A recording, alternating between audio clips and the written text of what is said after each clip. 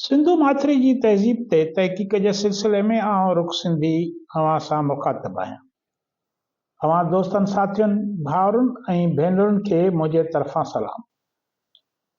पाण अॼु सिंधु माथरी जी तहज़ीब ते आर्यन जे हमले वारे मफ़रूज़े बाबति ॻाल्हाईंदासीं, जेको बरसगीर ते क़ाबिज़ अंग्रेज़नि तरफ़ां इन ख़िते जे माण्हुनि खे ग़ुलामी जे संघुरनि में वधीक मज़बूती सां जकड़ण लाइ छड़ियो वियो। इस सिलसिले में पाण अॻु बि मुख़्तलिफ़ वीडियोज़ अपलोड कयूं आहिनि, वीलॉग्स कया आहिनि। अॼु इन ते ॻाल्हाईंदासीं त आर्यन ऐं अण आर्यन में वेड़ जा सबब छा हुया, जिन खे बुनियाद बणाए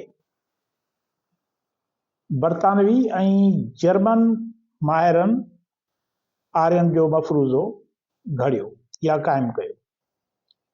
सर मोर्टिमर व्हीलर 1945 में मुंहनि जे दड़े जी वधीक खोटराई कराई।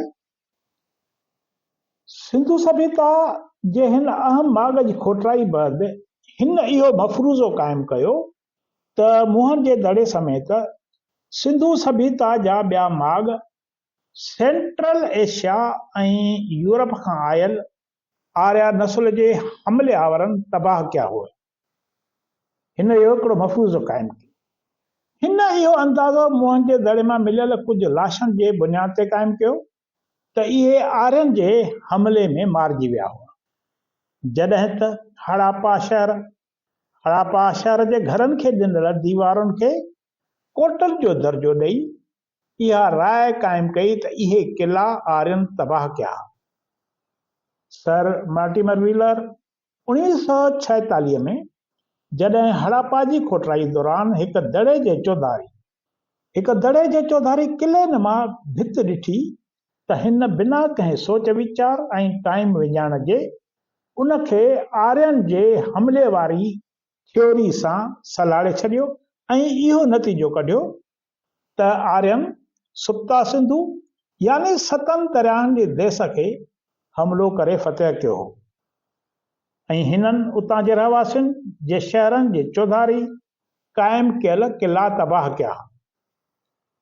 मॉर्टिमर व्हीलर मूजिबि वेदनि में आर्यन जे जंगजू देवता इंद्रा खे आर्यन जो जंगजू देवता करार ॾिए थो। वेदनि में आर्यन जे जंगजू देवता इंद्रा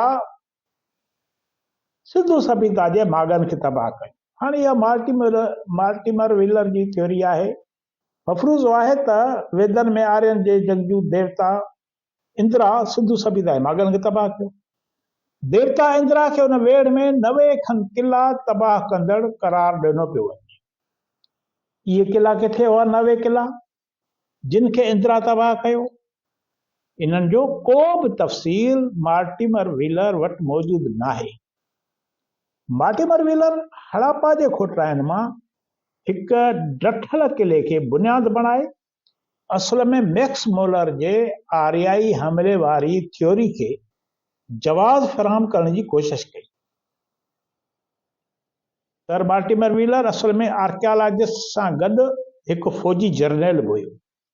हाणे हुनजो पस मंज़र सम्झणो पवंदो त इहे माण्हू केरु हुया, छा रुॻो आर्कियालॉजिस्ट ऐं तारीख़दान हुया या हिननि जो ॿियो बि को पस मंज़र हो।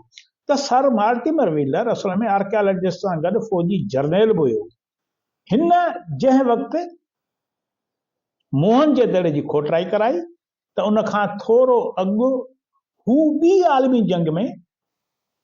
मॉर्टिमर व्हीलर ॿी आलमी जंग में हिकु बरतानवी फ़ौजी ऑफिसर तौर ख़िदमतूं सर अंजाम ॾेई वापसि मोटियो हो, जंहिं करे हू जंग में बहिरो वठण सबबि निर्णय शयुनि खे जंग जे पस मंज़र में ॾिसी रहियो हो। मुंहनि जे दड़े जी खोटराई दौरान कुझु लाश मिलण बैदि उन खे शहर ते ॿाहिरियनि हमलावर आर्यन जे करायल क़तलाउनि सां भेट ॾिनी ऐं हड़ापा मुंहनि जे दड़े में घरनि जे डठल भितियुनि खे हिफ़ाज़ती कोट ऐं क़िला करार ॾेई इहो नतीजो कढियो त इहे क़िला हमले आवर आर्यन तबाह कया। छो जो हुन जे ज़हन ते जंग सुवार हुई, जंग जा पस मंज़र सुवार हुई। हू हर शइ खे उन पस मंज़र में, जंग के पस मंज़र में पियो ॾिसे। सर मॉर्टिमर व्हीलर जे इन राय सां ॿिया केतिराई माहिर मुतफ़िक़ न हुआ।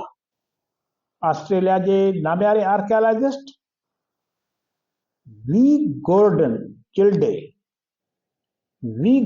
चिल्डे मुताबिक़ सिंधु सभ्यता जे माॻनि तां कंहिं बि क़िस्म जा जंगी हथियार न मिलिया आहिनि, न वरी शहर कंहिं ओचिते हमले में तबाह थियल या जंग जे सूरत में बाहि ॾेई साड़ियल नज़र अचनि था।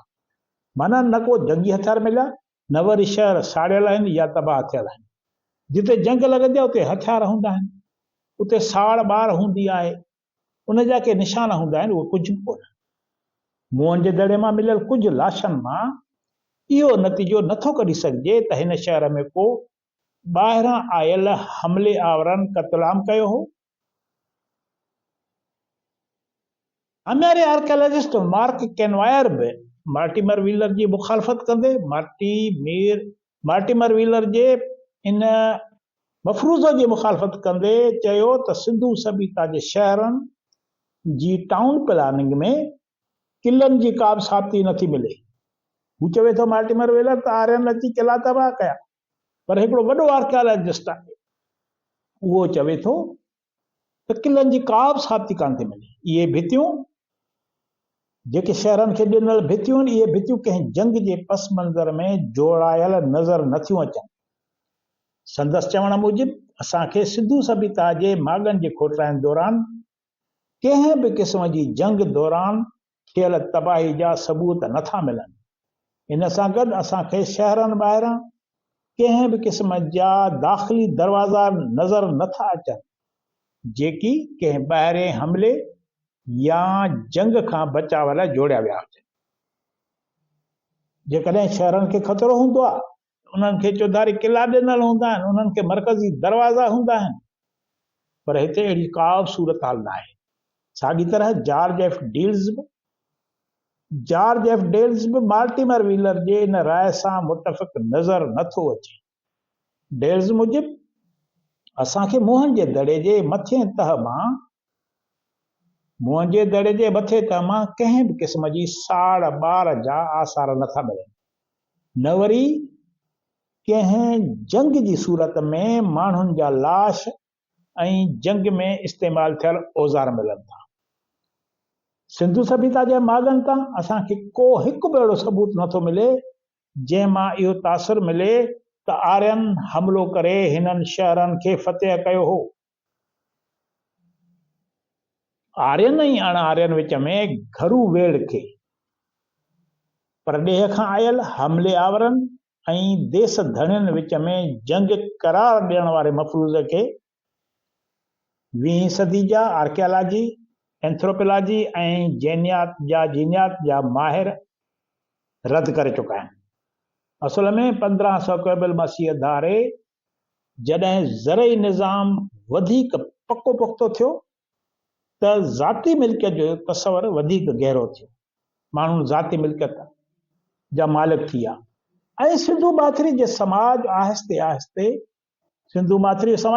आहिस्ते तबक़नि में विराजण लॻो, जंहिं बैदि हेठें ऐं मथे तबक़े में इख़्तिलाफ़ वधण लॻा, जिन अॻिते हली झेड़नि जी वेड़ जी सूरत इख्तियार कई। इहा हेठें मथे तबक़े में वेड़ हुई, ॿाहिरां आयल हमले आवरनि ऐं देस धणियुनि में वेड़ न हुई।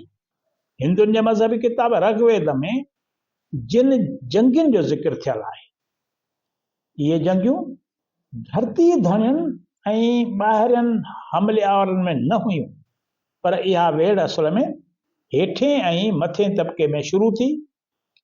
इन्हनि जंगियुनि खे यूरोपी मुहक़िक़ सिंधु माथिरी जे रहवासियुनि ऐं ॿाहिरां आयलनि में लड़ायूं करे पेश कनि था। जीअं पाण पहिरियां ज़िक्र करे चुका आहियूं त आर्या उहे माण्हू हुआ जेकी अवाइली समाज में हाको कंदा हुआ ऐं समाज जे ॿियनि तबक़नि जे भेट में वधीक मेहनती हुआ। इन्हनि आर्यनि जेके हारी हुया असल में दौलत गॾु करणु शुरू कई ऐं जॾहिं दौलत जझे मिक़दार में जमा थी ऐं वधीक दौलत जमा करण जो हिर्स पैदा थियो त उहे हारी उहे आरिया अवाइली इश्तराकी समाज यानी राजोणी समाज जा मुखालिफ़ थी बीठा ऐं पाण खां कमज़ोर ऐं सुस्त माण्हुनि खे पंहिंजो ग़ुलाम बणाए वरितो ऐं पाण पैसे ऐं दौलत जे बुनियाद ते सुधरियल शरीफ़ ऐं ऊची ज़ात जा थी विया। जॾहिं इहे आरिया यानी इहे सुधरियल मथे तबिके जा माण्हू हेठे तबिके वारनि जो इस्तेसाल करण लॻा त मंझंदि जंगियूं ऐं झेड़ा जनम वठण लॻा।